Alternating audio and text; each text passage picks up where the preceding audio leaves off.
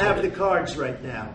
With us, you start having not playing cards. Right now, you don't. You play cards. Mr. President. You're I'm playing very cards. serious. You're gambling with the lives of anymore. millions of people. You're gambling with World War III. You're gambling with World War III. And what you're doing is very disrespectful to the country, this country. That's back to you. Far more than a lot of people said they should have. Have you said thank you once? A lot of times. No, in this entire meeting, you said thank you. Even today. You went to Pennsylvania and campaigned for the opposition in October. Offer some words of appreciation for the United States of America and the president who's trying to save your country. Please, you think that if you will speak very loudly about the war, He's not speaking loudly. He's not speaking loudly. Your country is in big trouble. Can I Wait a minute. No. You've done a lot of talking. Your country is in big trouble. I know. You're not winning. I know. You're not winning this.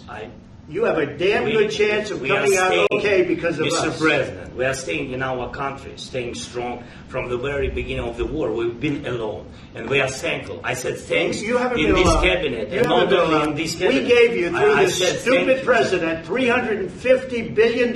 You voted we gave for you your military equipment, and you men are brave, but they had to use our military. What about if you didn't have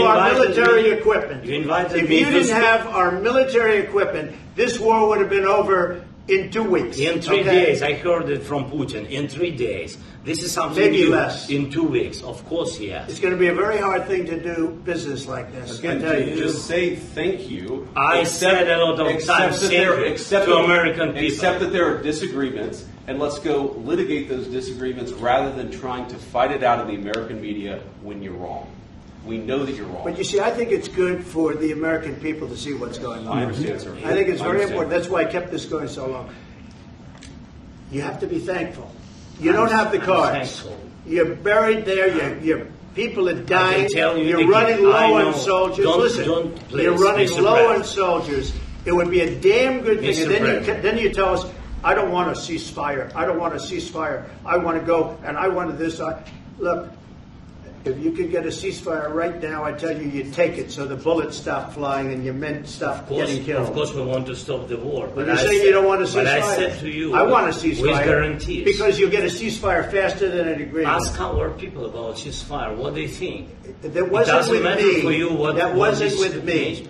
That was with a guy named Biden, who was not a smart person. That was with Obama. It was your president. Excuse me. That was with Obama, who gave you sheets, and I gave you javelins. Yes. I gave you the javelins to take out all those tanks. Obama gave you sheets. In fact, the statement is, Obama gave sheets and Trump gave javelins. You got to be more thankful. Because let me tell you, you don't have the cards. With us, you have the cards. But without us, you don't have any cards. One more question to Mr. Vice President. I'm sorry. It's going to be a tough deal to make because the attitudes have to change. What if Russia breaks ceasefire? What if Russia breaks peace talks? What do we do then? I understand that it's a heated conversation right now. What are you saying? She's asking what if Russia breaks the ceasefire? What if anything? What if a bomb drops on your head right now? Okay? What if they broke it? I don't know. They broke it with Biden because Biden, they didn't respect him. They didn't respect Obama. They respect me. Let me tell you, Putin went through a hell of a lot with me. He went through a phony witch hunt where they used him and Russia. Russia. You ever hear of that deal? That was a phony Hunter Biden, Joe Biden scam. Hillary Clinton, Shifty Adam Schiff. It was a Democrat scam. And he had to go through that. And he did go through it. We didn't end up in a war. And he went through it. He was accused of all that stuff. He had nothing to do with it. It came out of Hunter Biden's bathroom. It came out of Hunter Biden's bedroom. It was disgusting. And then they said, oh, the laptop from hell was made by Russia. The 51 agents. The whole thing was a scam. And he had to put up with that. He was being accused of all that stuff. All I can say is this.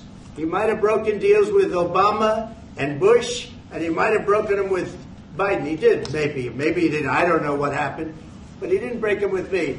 He wants to make a deal. I don't know if he can make a deal. The problem is I've empowered you to be a tough guy. And I don't think you'd be a tough guy without the United States. And your people are very brave. But you're either going to make a deal or we're out. And if we're out, you'll fight it out. I don't think it's going to be pretty, but you'll fight it out. But you don't have the cards. But once we sign that deal, you're in a much better position. But you're not acting at all thankful. And that's not a nice thing. I'll be honest, that's not a nice thing. All right, I think we've seen enough. What do you think? What's this negotiation? This is going to be great television, I will say that.